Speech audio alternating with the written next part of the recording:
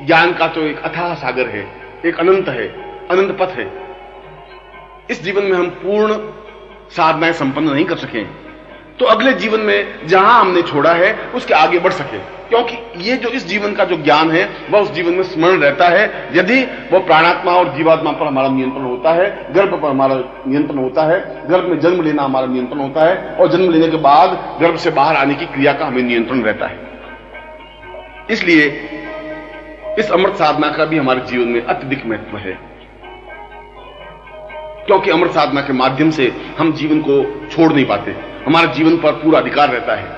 हम जिस प्रकार स्थिति चाहें उस प्रकार स्थिति को प्राप्त कर सकते हैं।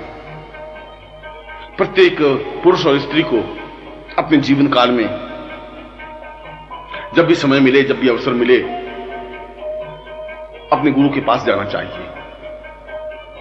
मैं गुरु शब्द इसलिए प्रयोग कर रहा हूं कि जिसको इस साधना का ज्ञान हो वह गुरु हो सकता है। ऐसा गुरु आपका भाई हो सकता है, आपकी पत्नी हो सकती है, आपका पुत्र हो सकता है, यदि उनको इस प्रकार का ज्ञान है। और यदि नहीं ज्ञान है तो जिस गुरु को इस प्रकार का ज्ञान है हम उसके पास जाएं, उनके चरणों में बैठें, विनम्रता से निवेदन करें कि हम उस अमृत साधना को प्राप्त करना चाहते हैं, क्योंकि इस जीवन को तो हम अपने नियंत्रण में रखें ही। इसके बाद हम जब जन्म लें तो उस प्राणात्मा पर और जीवात्मा पर भी हमारा नियंत्रण बना रह सके, और हम जल्दी से जल्दी गर्भ को चुने, श्रेष्ठतम गर्भ को चुने, अद्वितीय उच्च कोटि की मां को चुने, उस परिवार को चुने जहां हम जन्म लेना चाहते हैं, और उस गर्भ में हम जन्म लेकर के एक उच्च कोटि के बालक बन सके। क्योंकि इस साधना से उच्च कोटि के मां बाप का चयन कर सकते हैं, और यदि हम चाहें कि अमुक मां बाप के गर्भ से ही जन्म लेना है तब भी ऐसा हो सकता है। यदि हम चाहें कि इस शहर के उस मां बाप के यहां जन्म लेना है और यदि वे गर्भ धारण करने की क्षमता रखते हैं तो वापस उसमें प्रवेश करके जन्म ले सकते हैं। ऐसे कई उदाहरण बने हैं कि जिस मां के गर्भ से जन्म लिया और किसी कारणवश मृत्यु को प्राप्त हो गए तो उसी मां के गर्भ से वापस भी जन्म लेने की स्थिति बन सकती है। खैर ये तो आगे की स्थिति है। इस समय स्थिति तो यह है कि हम इस अमृत साधना के माध्यम से अपने वर्तमान जीवन को अपने नियंत्रण में रखें, इस मृत्यु के बाद जीवात्मा स्थिति पर नियंत्रण रखें, हम जो गर्भ चाहें श्रेष्ठतम गर्भ में प्रवेश करें, पूर्णता के साथ प्रवेश करते हुए, पूर्ण गर्भ धारण करते हुए हम जन्म लें, और जन्म लेने के बाद भी इस जीवन का पूर्व स्मरण हमें पूर्ण तरह से रहे, जिससे कि इस जीवन में जितनी साधनाएं की हैं उस साधनाओं को हम आगे बढ़ा सकें। इस जीवन में जिस गुरु के संपर्क में रहे हैं उस गुरु के चरणों में वापस जल्दी से जल्दी जा सके, आगे की साधना संपन्न कर सकें। यह चाहे पुरुष हो, चाहे स्त्री हो, चाहे साधक हो, चाहे साधिका हो, प्रत्येक के जीवन की यह मान्यता है कि वो इस साधना को संपन्न कर सकता है। मैंने अपने इस प्रवचन में 3 साधना का उल्लेख किया: मृत्योर्मा साधना, अमृत साधना और गमय साधना। और इन तीनों साधनाओं को मिलाकर के मृत्योर्मा अमृतम गमय शब्द विभूषित किया गया है। इसलिए ईशावास्य उपनिषद में और जिस उपनिषद में इस बात की चर्चा है वह केवल एक पंक्ति नहीं है, मृत्योर्मा अमृतम गमय, मृत्यु से अमृत्यु की ओर चले जाएं। हम किस प्रकार से जाएं, किस तरकीब से जाएं, इसलिए इसके तीनों साधनाओं के नामकरण भी इसमें दिए। इसको स्पष्ट किया कि तीनों साधनों को सामंजस्य करना, तीनों साधनों को समझना हमारे जीवन में जरूरी है, आवश्यक है। और हम अपने जीवन काल में ही इन तीनों ही साधनाओं को संपन्न करें, यह हमारे लिए जरूरी है, आवश्यक है।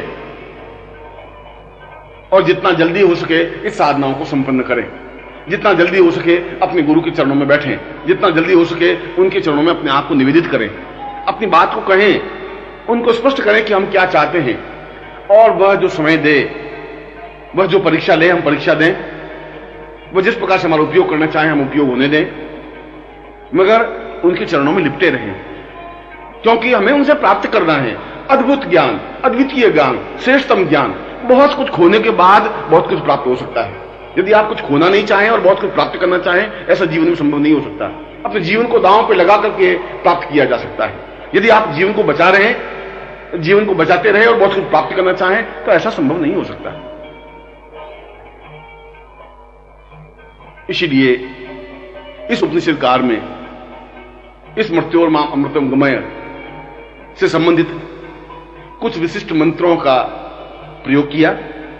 यद्यपि इसकी साधना पद्धति अपने आप में एक सरल है, सही है, कोई भी स्त्री और पुरुष इस साधना को संपन्न कर सकता है। यद्यपि इस साधना के लिए बहुत आवश्यक है कि गुरु के चरणों में पहुंचना अनिवार्य है, क्योंकि इसकी पेचीदगी गुरु के द्वारा ही समझी जा सकती है, उनके साथ उनके द्वारा ही उन मंत्रों को प्राप्त किया जा सकता है। परंतु मैं उन मंत्रों का आपके सामने उल्लेख कर रहा हूं जो मृत्योर्मा, अमृतम और गमय तीनों साधनाओं से संबंधित है।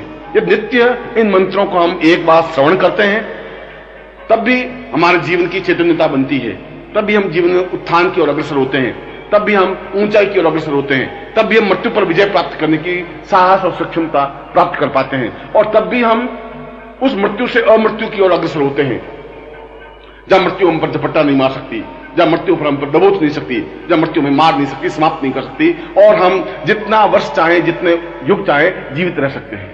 मैं उन मंत्रों का आपके सामने उच्चारण कर रहा हूं, जिन मंत्रों को बार बार आपको नित्य सुनना ही चाहिए। 1 बार, 5 बार, 11 बार, 21 बार, 101 बार, जितना आपको समय मिले, मगर नित्य इसको श्रवण करने से ही अपने आप में सफलता मिल जाती है।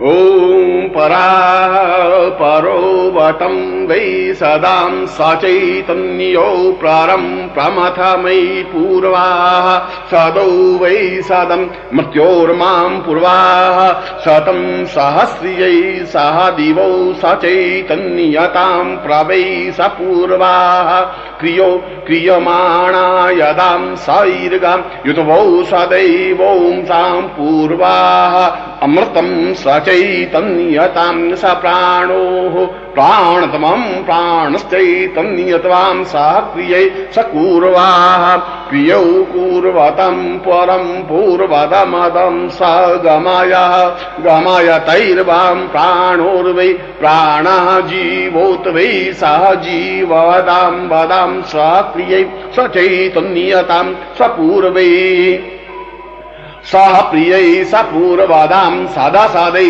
सह क्रियै स पूर्वश्चैतन्यतां सहौषतां सह दीर्घत्वां पूर्वदा मदाः पूर्वोः शतं सह मृत्योर्माम् अमृतां पूर्वत अमृतं स चैतन्यतां गमयतैं गमय पूर्वाः सदो मामृतो मृत्योर्मां मृत्योर्मैव त्वां पूर्वाः मृत्योर्मयि मृतो रतं मृत्योर्मृतं सप्रतां मृत्योर्माम् अमृतं गमय त्वां सदा सक्रियै गमय मृत्योर्मां सा गमयतौ सा अमृत्युर्वै पूर्वदा सचिन्तयन्त्वां सह क्रियै स पूर्वाः सतौ सदा सचिन्तयां पूर्वदा सतौ सह क्रियै कल्याण त्वां पूर्णवद प्राणो इह प्राण त्वां जीवो इह जीव त्वां सदैव सदीर्घो यत्वां सहो सदां पूर्वदां मद। ओम पूर्णमदः पूर्णमिदं पूर्णात् पूर्णमुदच्यते पूर्णस्य पूर्णमादाय पूर्णमेवावशिष्यते। ओम पूर्ण पूर्ण पूर्ण हरि ओम।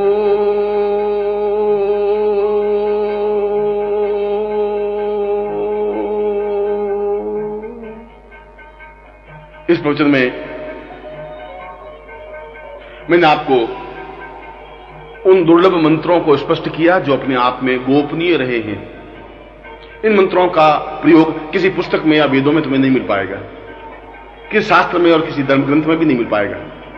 ये मंत्र तो अपने आप में चैतन्य मंत्र हैं, प्रकृति द्वारा निर्मित मंत्र हैं, अपने आप में पूर्णत्व मंत्र हैं और विशिष्ट योगियों और गुरुओं को ही प्राप्त है। इन मंत्रों का नित्य श्रवण करने से ही, ये नित्य जो मैंने मंत्र उच्चारित किया, यदि 11 बार इस मंत्र का उच्चारण किया जाए, तब भी उसका जीवन पवित्र और दिव्य बनता ही है। वह मृत्यु से अमृत्यु की ओर अग्रसर होता ही है। वृद्धावस्था उस पर व्याप्त नहीं होती, मृत्यु उस पर झपट्टा नहीं मार सकती, अकाल मृत्यु उसकी नहीं होती। और जो मृत्यु के निकट है उसको यदि ये सुनाया जाए तो उसकी जीवात्मा को इस जीवन का पूर्ण ज्ञान रहता है और उसको सुविधा रहती है कि वह आगे सही गर्भ का चुनाव कर सके। इसलिए इस मंत्र का अपने आप में विशिष्ट प्रयोग है।